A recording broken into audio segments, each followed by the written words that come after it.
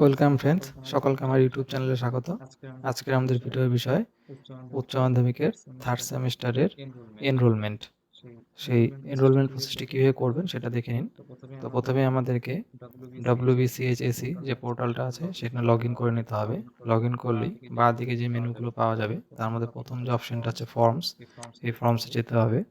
তারপর সেখান থেকে স্কুল অ্যাপ্লিকেশন যে অপশানটা আছে সেখানে যেতে হবে। এখানে গেলেই দেখতে পাবেন এখানে নতুন দুটো অপশান অ্যাড হয়েছে। প্রথমটা যেমন আছে এনরোলমেন্ট পেমেন্ট রেগুলার এবং এনরোলমেন্ট ফ্রম রেগুলার, এই দুটো অপশান নতুন অ্যাড হয়েছে। এই দুটো অপশান থেকেই আমাদেরকে থার্ড সেমিস্টারের কাজগুলো করতে হবে।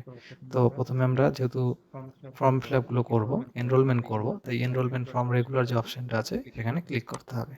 এখানে ক্লিক করলেই দেখবেন আপনাদের সামনে পরের পৃষ্ঠাটা চলে আসবে, যেখানে সেশন চুজ করতে হবে। অবশ্যই সেশন 25-26 হবে, সেশনটা চুজ করবেন। তারপর সেমিস্টার এখানে 3 এবং 4 আছে, যেহেতু আমরা এই মুহূর্তে 3 করব তাই 3টাই সিলেক্ট থাকবে। তারপর এখানে লিমিট কতটুকু রাখবেন সেটা আপনার ইচ্ছা, লিমিটটা এখানে চুজ করে নিয়ে আপনাকে এই সার্চে ক্লিক করতে হবে। এই সার্চে ক্লিক করলেই স্টুডেন্টের লিস্টগুলো আপনার সামনে চলে আসবে। তারপর দেখবেন প্রত্যেকটা স্টুডেন্টের সামনে স্ট্যাটাস থাকবে পেন্ডিং, এবং তার সামনে যে অ্যাকশন অপশনটা আছে এখানে লেখা থাকবে এনরোলমেন্ট নাও। এই এনরোলমেন্ট নাও যে অপশনটা আছে, এই এনরোলমেন্ট নাও অপশনে ক্লিক করতে হবে। এখানে ক্লিক করলে দেখবেন আপনার কাছে সেই নির্দিষ্ট স্টুডেন্টের কিছু ডিটেলস চলে আসছে।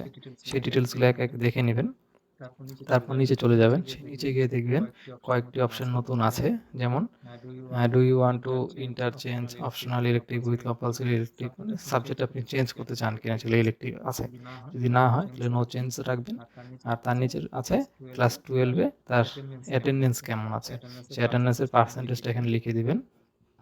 আর নিচে রিমার্কস আছে, আপনি রিমার্কস ইচ্ছা মতন কিছু একটা লিখবেন, ভেরিফাই বা কিছু লিখে নিয়ে নিচে দেখবেন যে স্টুডেন্টের ছবি এবং সিগনেচার ঠিকঠাক আছে কিনা।